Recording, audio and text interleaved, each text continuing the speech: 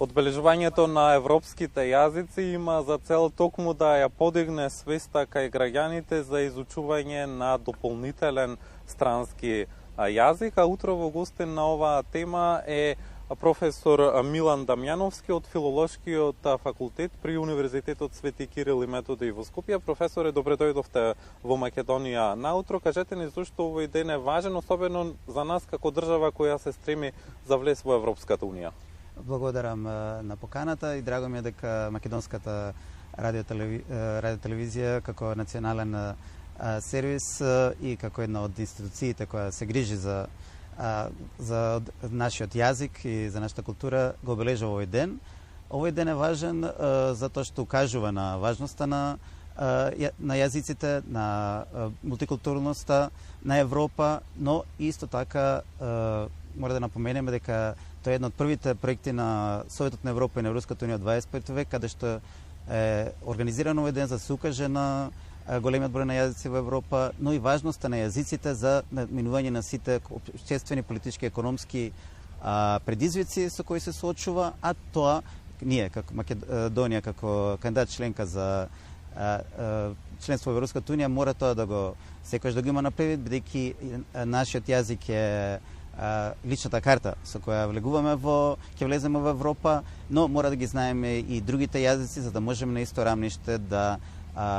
соработуваме и да учествуваме во градењето на Европската унија. Професоре, која е улогата на преведувачите и толкувачите во однос на нашиот пат кон Европската унија?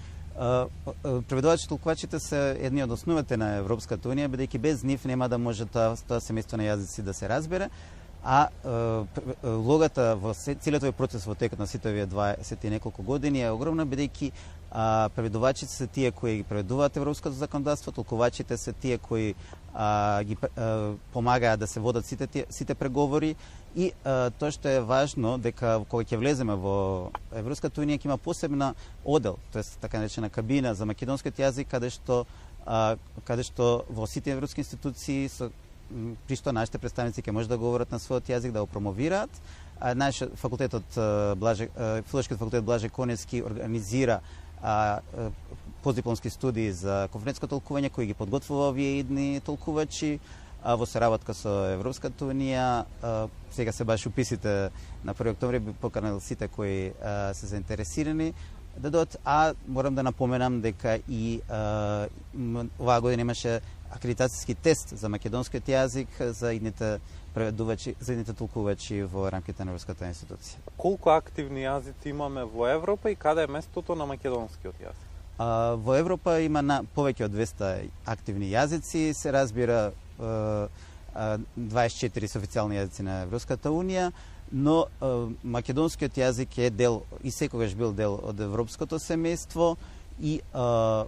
тоа преку своите културни дејци, како писателите кои има добиено европски награди за книжевност, како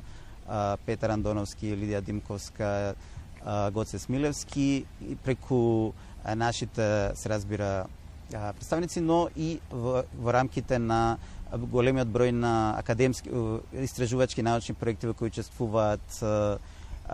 нашите студенти, нашите истражувачи, с кои се борат македонскиот јазик да биде дел од сите трендови текови во Европа.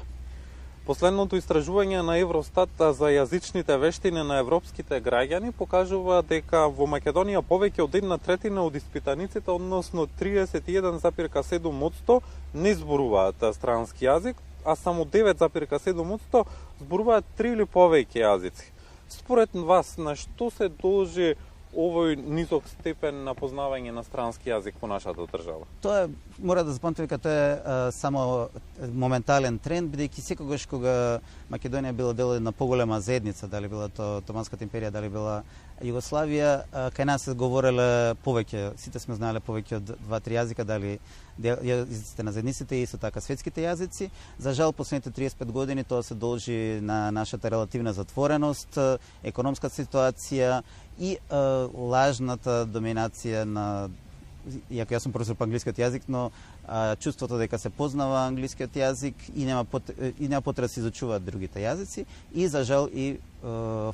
погрешниот фокус на само на оцени и дипломи во образовниот систем наместо на развивање и на вештини јазици, но идат млади генерации кои мислам дека се отворени и ќе учат се повеќе други јазици. На крај на нашиот разговор, која е вашата порака по повод Европскиот ден на јазиците? Мојата порака е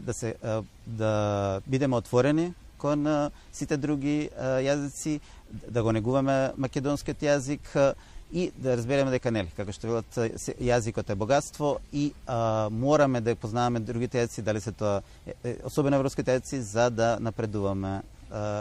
во Европа и да напредуваме како држава. Професоре, ви благодарам за гостувањето во Македонија наутро. Кристина Иване, на тема Европскиот ден на јазиците разговаравме со професор доктор Милан Дамјановски од Филолошкиот факултет Блаже Коневски при Универзитетот Свети Кирил и Методиј од Скопје.